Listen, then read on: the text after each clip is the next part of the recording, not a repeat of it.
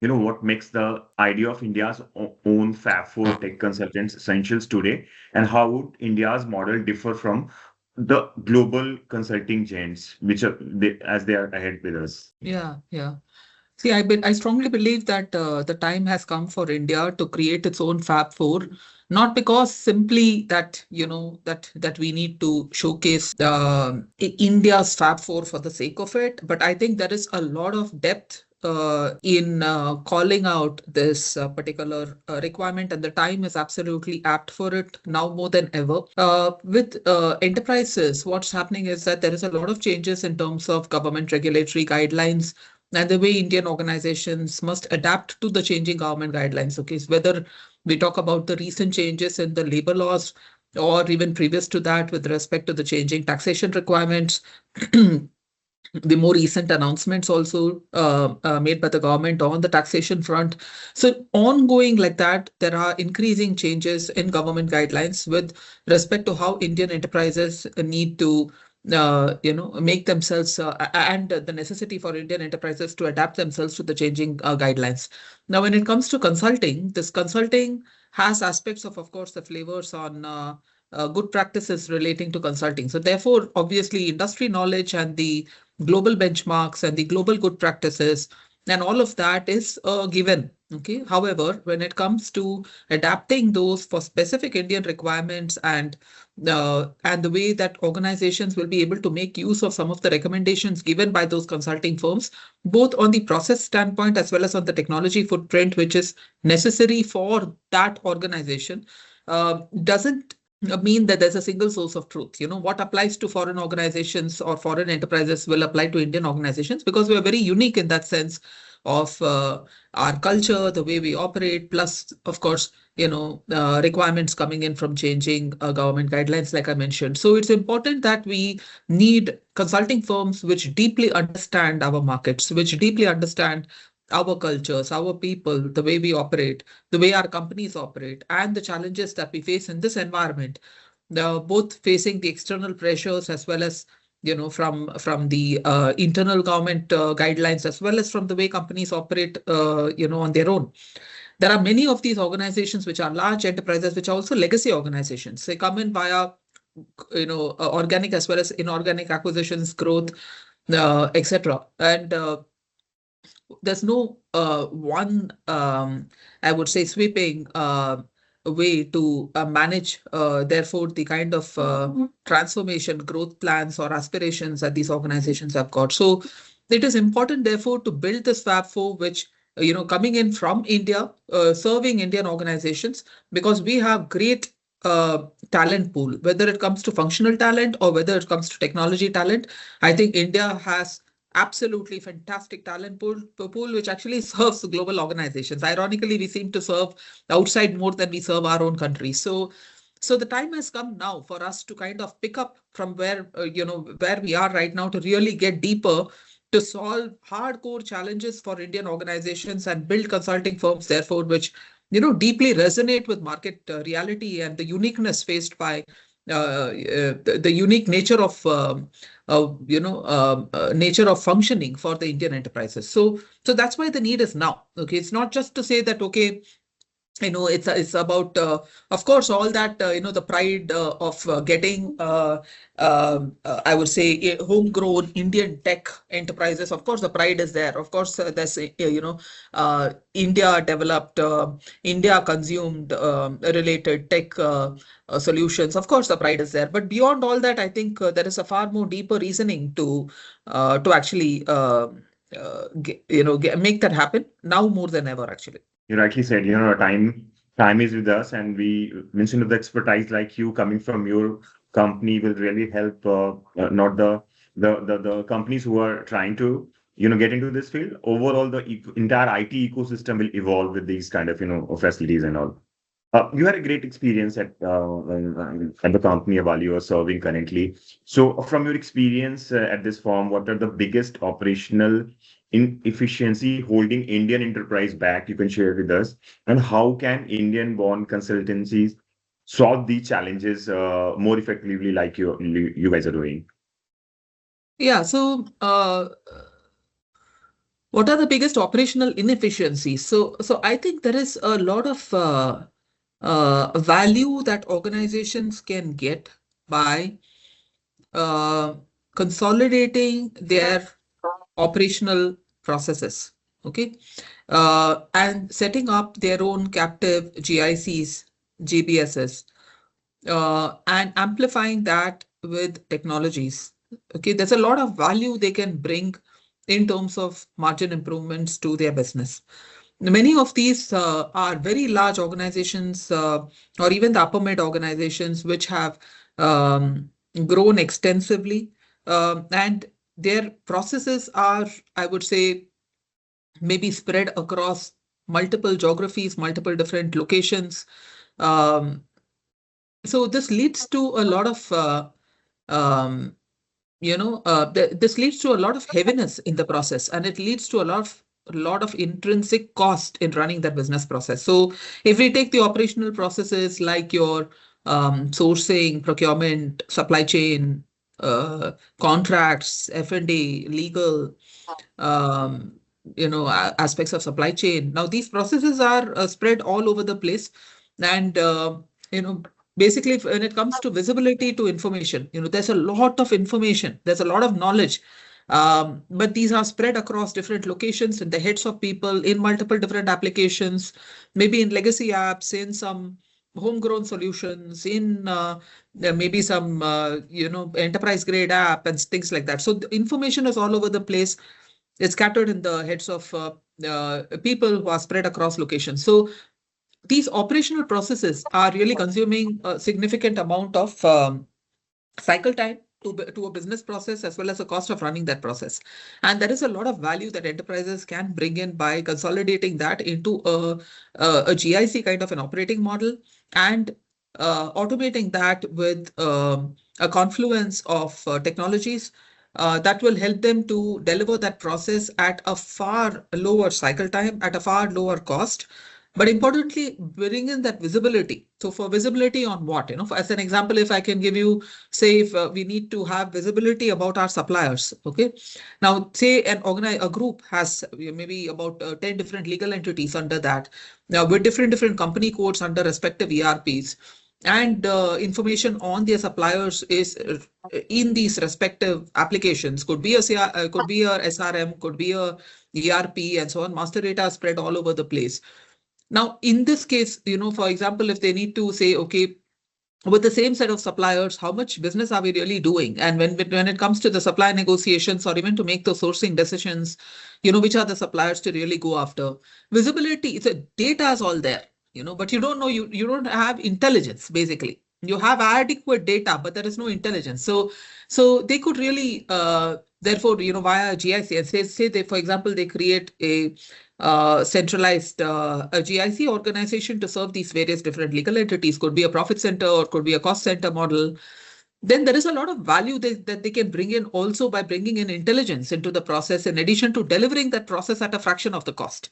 A 40 to 70% cycle time reduction and associated cost reductions of at least about 15 to 20% is what we have enabled across close to about 300 plus transformation projects that we have done, of which about 70% are of this nature, setting up, local captive GICs. So that is actually inefficiency to the organization, which can actually, be addressed by them to reduce the cycle time, reduce the cost, and bring in visibility. Great to know, because even I interact a lot of CIOs and CTOs in such interaction, and these are data consolidation plus the centralization of things. Information are overloaded. So, and the entire thing which you said is rightly for the companies to follow these kind of advices.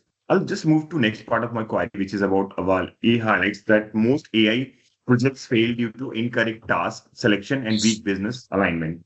So what framework should enterprise adopt to ensure AI drives real measurable outcomes? I think selection of the right process is a selection of the right process, or the right business problem to solve, is imperative to AI. Having clean data is imperative to AI. And these are, essential, I would say, problems to solve before anybody can actually look at AI projects. So how do you ensure that you are either discovering or prioritizing projects for AI? How do you build, how do you move to production use cases and not just do POCs? And then, of course, the right technology selection, and after that, deliver that project and look at continuous monitoring, optimization, and so on. Data is all over the place. So having the right data governance prior to delivering AI projects is very, very crucial. But coming back to your question about process selection, in most of the, on an average week, we speak to about 80 plus large enterprises uh, across maybe 5, 6 member key teams which interact with customers. We speak to we hold about 80 plus conversations. Most of these conversations are, where what we have seen organizations face a challenge is which business process to take. It's a classic automation challenge, what we used to see in 2017-18 with RPA. The biggest question, and even to date, whichever customers are actually greenfield RPA, for example, are all in the same place. But at least 2017-18, it was very prevalent where organizations, most of the questions they had is which business process should I pick for automation, in what order of priority? Should I take it at scale? Should I first deliver the 5, 6 processes and then scale it, showcase business value and then scale it? What kind of, how do I prioritize whether it should be agentic AI, whether it should be just process transformation, whether it should be augmented AI, whether it should be RPA? Because let's face it, there is a lot of agent washing which is happening. Everybody wants to have a pat on the back to say that, okay, I have delivered a great AI project, but AI for its own sake is not going to add value to the organization. And really, if we look at this conversation now emanating from a CEO or at a board level, then all they are keen on is that, they are not getting up in the morning and saying we have not delivered AI projects. So what they are looking at is to deliver really outcomes in the form of maybe better shareholder value, better margins, better growth, better revenues, improved ecosystem, deliver better innovations, get in new innovations to the table. So then if we look at it from really what the board wants, and how we deliver that, then when it comes to, say, margins, for example, it is important to pick processes which are going to be relevant for them to improve margins. Okay. But then which process to really pick, right, within that? And so it's a very big dichotomy, because then it also depends on how they are running their business process, because not the same automation will work. If it's been successful for one company, need not be successful for other companies, because of the way they run their process, because of their culture, as well as because of the underlying technologies that they have. So to solve this, we've built this solution called Avagama.ai, which is a solution intended to build an agentic AI pipeline. It's intended to build an AI pipeline. Okay, so this is, so rather than do it via those long consulting-driven workshops, get some Excel files, pay some monies to consulting firms, do those workshops, and get this done over a period of several months. This actually reduces and can do it at a fraction of the time, maybe in a few days, by giving, via the solution. It's an AI solution to identify the AI pipeline for the organization. And so once they shortlist this based on Avagama, they can then start doing workshops with the respective stakeholders and take these projects live. So we said, okay, let's address it like this. Why are we still living in the days of 2017-18, where we are actually dabbling around to figure out which projects to pick in a very traditional manner of doing, workshops with the respective stakeholders and so on? Again, change management becomes really imperative here. So, messaging becomes really imperative. So say one looks at Avagama, and say an organization has actually shortlisted its AI pipeline with Avagama. Then we take it to the business users, and their messaging plays a very big, it plays a very crucial point, because then you don't want that person to get really concerned about the fact that AI is going to take away the jobs. Okay, so we launched this podcast recently called Bottom Line on AI by the CFOs, and I had a very interesting conversation recently with a CFO who said that as a result of AI, it's helped them to create better work-life balance. we talk about losing jobs due to AI, but having AI to create better work-life balance. So the messaging gets really crucial in that sense. So what's the benefit of that, and why should that person really put their skin in the game on these kind of projects? And then, of course, managing the data part of it becomes really crucial. Building in the governance and looking at getting clean data prior to AI, all that becomes really important. And these are really fundamental steps to take. Building the right AI pipeline of projects. And in that with Avagama, or looking at getting your clean data prior to AI. And there again, we've built a solution called Quantum Clean, which helps organizations to generate clean data prior to AI. So AI being its final destination, what we need to do is that we understand the road to AI, right? And that's very, very crucial, because otherwise we are not going to be successful on AI projects. If these fundamental roads themselves are either not understood or is visible, or we are not ready to walk that path, then we're not going to be able to get to the final destination. Obviously, means, the kind of, ecosystem which has emerged, messaging you talked about. And I would like to watch that podcast also. I'll ask for a link there. Okay. Sure.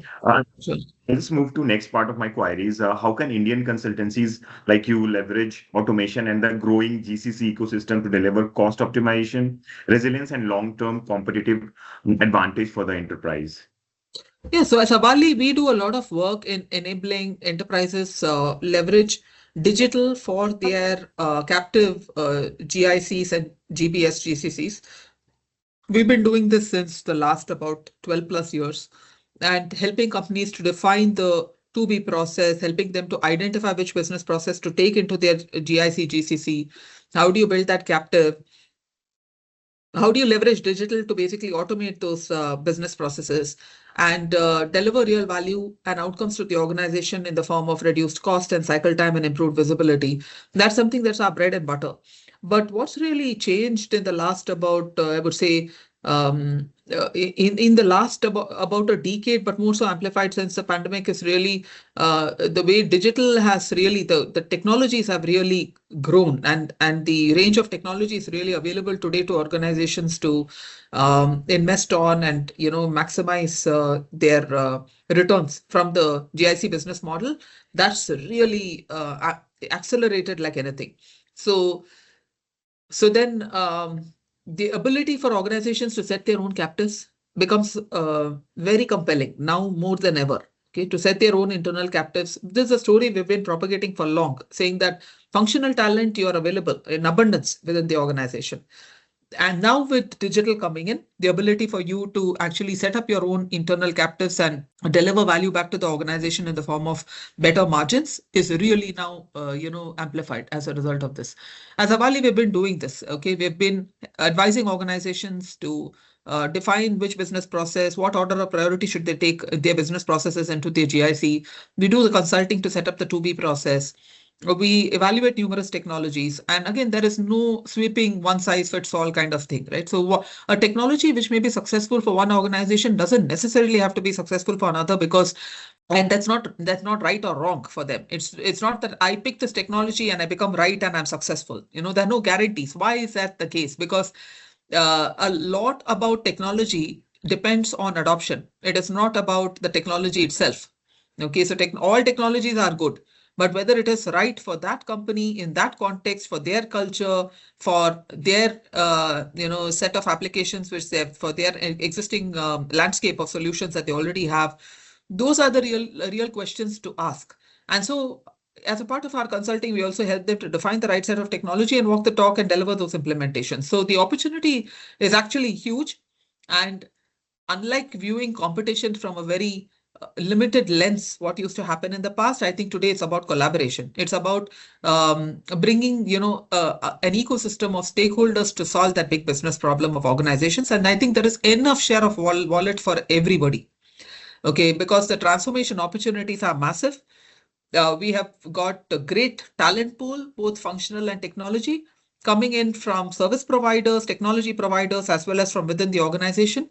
So I think the person eventually taking a massive slice of the cake is the one who will actually work in collaboration, and make that the good practice around how do you build superior collaborations so that we're able to make the transformation happen very fast for organizations. And I think that's really the big piece of, I would say, the market opportunity that is there. Great. So, can you tell me about the size of the clients you're handling? So, when you're saying enterprise, so the number of the sittings and all, or you serve SME also or SMB also? No, we serve largely organizations which are greater than about at least about 300 million USD in revenue, Okay. and upwards. Because it's not because we don't want to serve SMEs. It's because we don't work in the structured data application side. Okay, so we're not helping organizations implement ERP, CRM, and so on, HRMS, and so on. We don't work on the structured data side. We work a lot on the unstructured content and workflows within business process, which means an organization should be mature to be able to adopt these kind of solutions, which means that structured data applications, they're past that window and they have already put in applications in place on that. So that naturally means that a certain size of organizations only will be able to leverage and get better benefits from whatever we offer. So most of our companies are an upper mid to large category. That's good to know about because they have lot of requirements where they can grow Yeah. because they have already met their road ahead and they just need a one click, and the companies like you are helping all of these company enterprises. So can you segment means services are more with you or the manufacturing are getting more traction with you? Means if you could know vertical So wise, you can our share major something. market segments would be manufacturing, both process and discrete, and pharma, healthcare, pharma, life sciences. Um, yeah, these would consume, an FMCG, of course, FMCG, consumer goods. These kind of organizations are at least about 70% of our install account. Okay, so manufacturing, pharma, and consumer goods, I think they constitute about more than 70% of our install accounts. New vertical you are And seeing then we have as public a sector. surprise? We do work also with public sector. So both India as well as in the Middle East, we have worked with public sector. So the public sector would be constituting, a large part of the rest. We have to know about this. The verticals are, these are the 70%. The three key verticals are for you. I'm sure that, in years to come, there will be more additional verticals like in education is there, maybe Yeah. healthcare is there, right? So definitely there are a lot of scope for you guys also. I'll just move to last part of my queries because, we have been allowed 30 minutes only, and we are just one queries away Yeah. while I continue this discussion. So, what key steps must India take across talent, technology ownership, and enterprise readiness to build a self-reliant tech ecosystem capable of producing globally competitive consulting giants? Could you repeat the question Yeah. again? It's a So, very long so question. Yeah. yeah. So, What's yeah. yeah. Key steps must India take across Mm-hmm. talent, Mm-hmm. technology ownership, and enterprise readiness to build a self-reliant tech ecosystem capable of producing globally competitive consulting giants? Means, just give Yeah. kind of, your view and opinion about anyone can learn from you and, come up with the Yeah. solutions or the advices what you I guys think are I think bringing. several steps, right? The first is, our firstly we need to give Indian homegrown organizations um, an equal seat on the table. It's surprising I say this even now, but or even a larger seat on the table. Ideally, a larger seat on the table because we understand this market better than anyone else. So basically, our entire myth about foreign companies are better than Indian organizations, foreign products are better than our own products. This kind of age-old myth we have been living with for centuries needs to be dissolved, actually. And the government can play a very big role in that to propagate via continuous messaging, to propagate and via showcases, to um, to take really successful stories several notches higher by by propagating those messages, those success stories to not only our own organizations but the world at large. stating what our companies are capable of doing, stating what our people are capable of doing. Because most of these organizations, which are consumed by us as foreign products or foreign solutions, they are actually developed by Indians only. I mean, there are only Indian folks who are working in the several Indian, most of these R&D labs, most of these foreign Software. GICs. Yeah, right.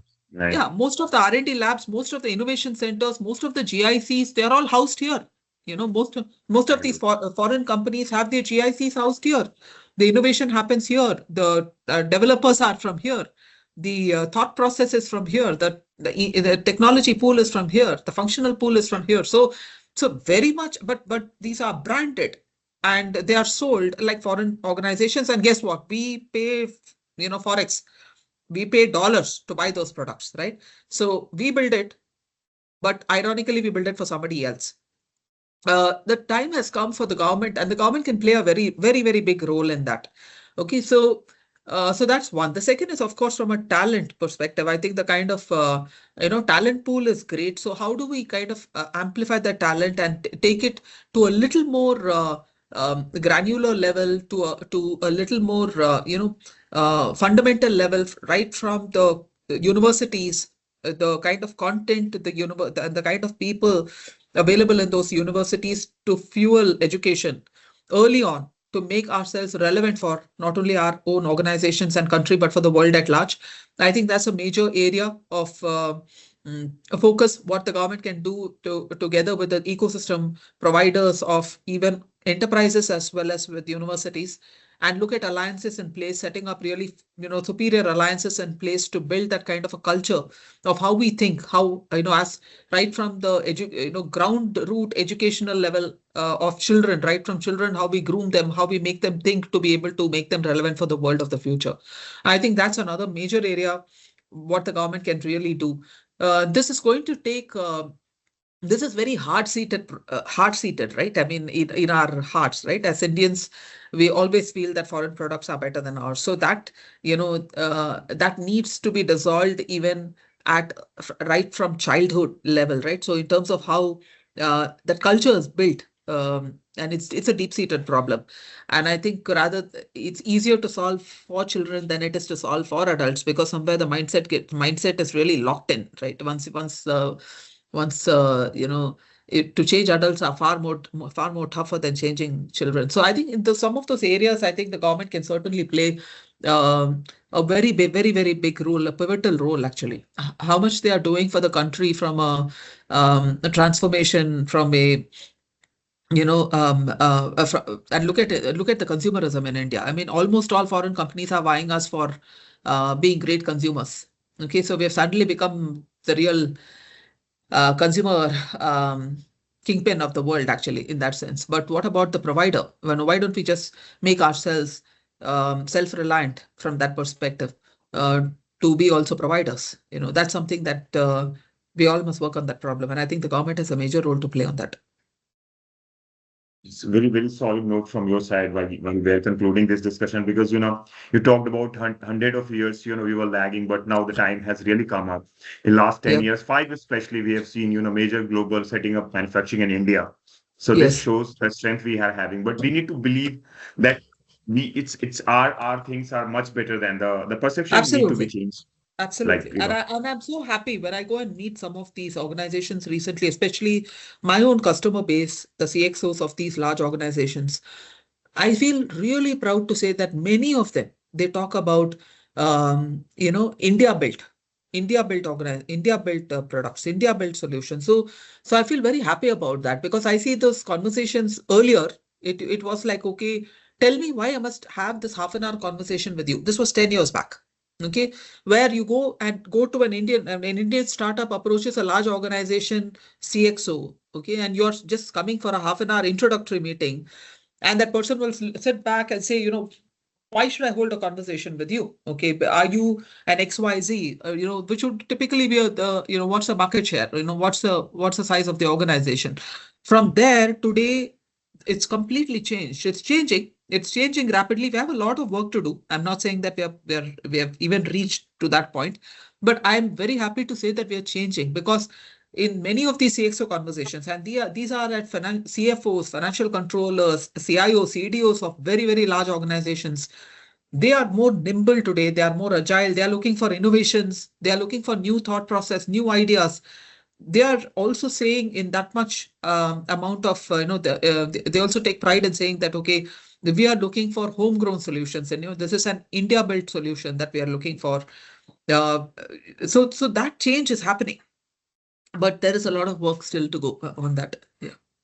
Right. So the last thing which I learned that, make in India, it's better to say that India built this. Okay. So that will, maybe next time after 5 years, I'm just engaging with you, and this will be reality. All of us are believing in our strength. Absolutely. So Absolutely. thanks. Absolutely. Thanks for sharing a lot of information for my audiences. It's a pleasure talking to you, and hopefully Likewise. to catch up in person. Excellent. Thanks, Megha. Yeah, would love to do that. Thank you, Rajiv. Thanks, Megha. Thanks. Bye.